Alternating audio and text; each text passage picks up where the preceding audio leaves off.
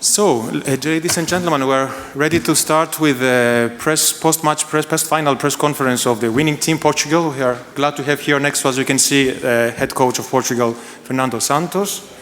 We will open the floor directly for questions. Just wait for the microphone to arrive from our volunteers. Here, first question, gentleman on the first row. Okay, Alamin Kerr, Extra Sport. First of all, congratulations for winning this tournament. We're all trying to get our head around this tournament. What does it mean for you to win the first UEFA Nations League?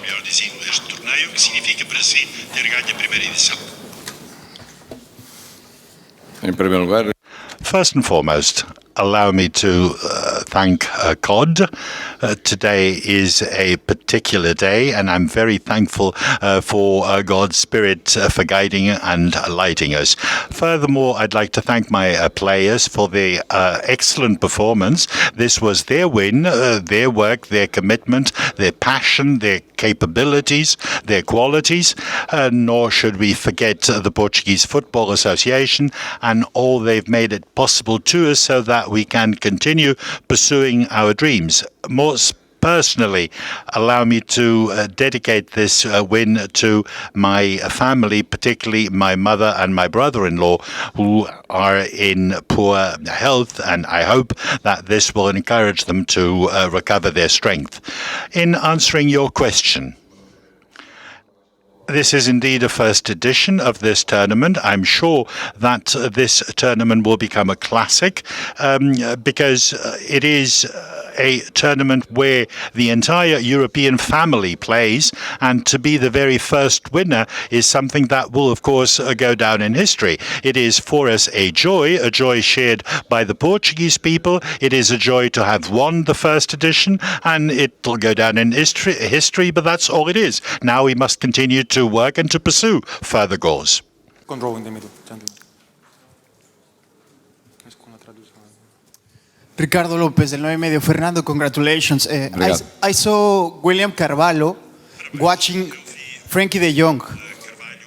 Do you think that this is the key of the win of Portugal? No? Sim, mas não, até porque De Jong joga normalmente à esquerda. Mas De Jong plays normally on the left, closer to Bruno Fernandes. Van Rooney played closer to that other player. We, of course, were aware of the qualities of these two midfielders of the Dutch team. We were familiar with De Jong's great record and potential and capability. Of course, we were not on him, but we knew that if we curtailed his freedom, we would stand to gain. So my players' instructions was to play ball whenever they had it and to balance their defense with keeping an eye out to curtail the freedom that De Jong and Van Dijk would have. Congratulations for this win, for yet another European trophy. I'd like to know whether you deem this victory to bear the mark of the coach. And I'm referring to the defensive ethos that went into it. Well, as I said, that is very much the work of the players. It ain't easy. It ain't easy to coach. It's not the same thing to coach a national team and a club. These players are capable, they're passionate, they come to us full of joy, they trust their coach, the coach trusts them, and this, of course, prompts them when they're out on the pitch to interpret as best they can what I try to impart to them. They have talent, they are capable, then they have to be made a part of a team, which is a key to any team. That's what we did. That's what we did when we won the Euro, a balanced team, both defensively and offensively, because we created 5-6 goal opportunities. We were not just a team that knew how to defend. We also knew how to attack and to counter-defend. And that made the difference because Holland is a huge team. They are they have a tremendous potential, tremendous capability, very mobile players. They put every mistake to their best possible use. I was telling my players today that were we to study not just this game, but also the game they had with England, the major potential of the Dutch team, they benefit from every weaknesses. We found it hard to determine how they came up with the score they came up. We had to limit their playing field, otherwise we would not have been able to win them. Had it happened, it had happened in Euro, and now it happens again. Fernando Santos gets here and congratulates the team, the FA, your family. But do think about yourself and tell us what's your mark on this national team, which is living through golden years at 2 levels with 2 titles in Europe. And let me also ask you, when your time at the helm comes to an end, how best do you want to be remembered? Do you feel that you left the greatest mark on Portuguese football? I don't enjoy talking about myself. My work must be assessed by others, by you, by journalists, by the fans. What I'll take with me from my job is the love I feel on a day-to-day basis when I go about my normal life. And this has been the case since 2016, when I'm said thank you. And I always answer, don't mention it. I thank you. Boa noite, Fernando Santos. Desde já. Good evening, Fernando Santos. Congratulations, TV24. Let me ask you, recently you said that this tournament is here to stay. Portugal just vanquished its second international trophy over 3 years. How relevant that is, and what mark will that leave in Portuguese football, in these players and in yourself? A huge mark, obviously. It'll leave an everlasting mark in Portuguese football to have played in 4 finals, 3 semi-finals, and 1 where we did not manage it to the final, the Confederation Cups, but we won the 3rd, 4th match. The World Cup did not go as we hoped, but if truth be said, this team marks the future, because the future is here. The future is outside the door. If we look back to 2016, those brilliant players who were there, some of them are no longer here, perhaps most. This is an ongoing process. And it speaks to what Portuguese football is when it comes to training and the talent of its players. Obviously, we don't have the financial wherewithal to keep them all playing in Portugal, and we scatter them throughout Europe. But the future of Portuguese football seems to be ensured. What we must do is to preserve the balance when we bring them all back into a national team, because they play for different clubs in different championships, different leagues, but the mark will be remembered. Again, many congratulations for your victory tonight. You seemed very in touch, in tune with fans around the stands. What would you like to tell the Portuguese nation whom you gave this joy?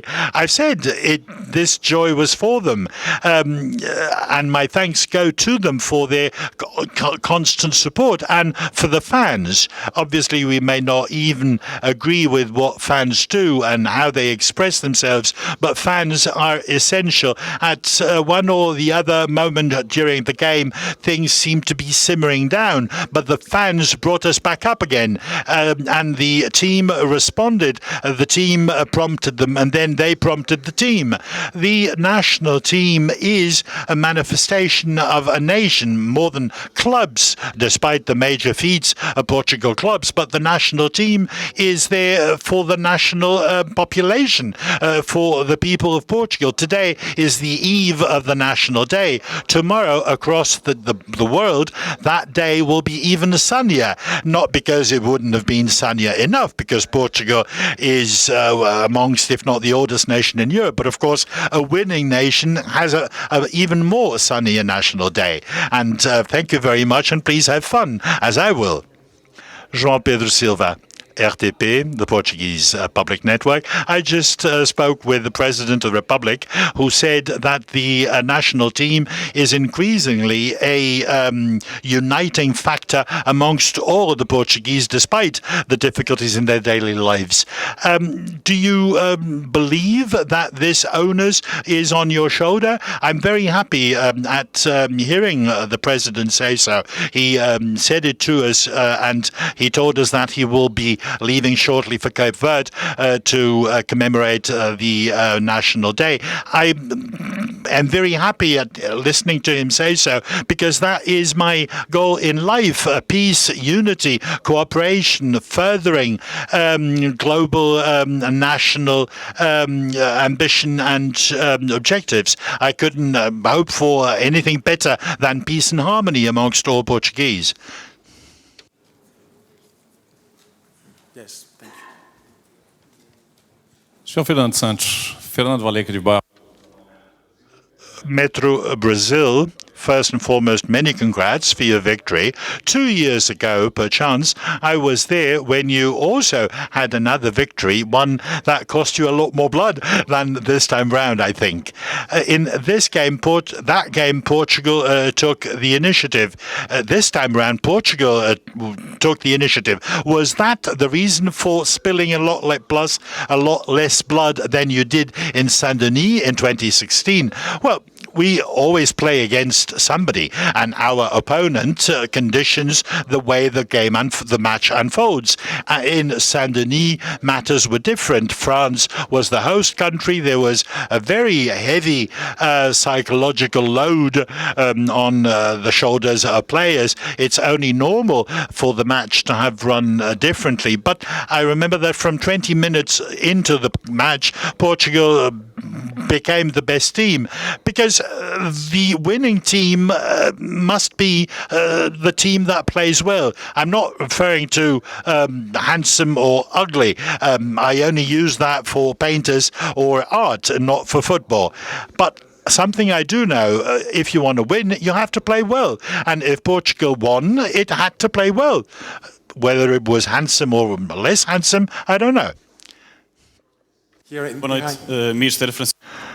Good evening, Francisco Rodrigues, Bora TV. First and foremost, congratulations for yet another victory. Gonçalo Guedes was decisive. He was the one who scored the goal. Ruben Dias was man of the match. Cristiano Ronaldo, we all know what he stands for. As a coach, you are obviously capable of identifying the foremost players. Obviously, it covers all of them. Had we not won, had we not won against Switzerland, we would not have played the final. A friend of mine told me, "Oh, you're playing Holland. Thank God, because if it were against England, I'd have to have gone to Guimarães." So good thing that we played against Holland, because we were both here in Port. We won against Switzerland, and we won properly, as I see it, a balanced match, a very strong team, and today we did it again. So obviously, it's the team that's the collective spirit is the key to the success of the team, but then individual talent must be given brighter place. Thank you very much. Boa noite.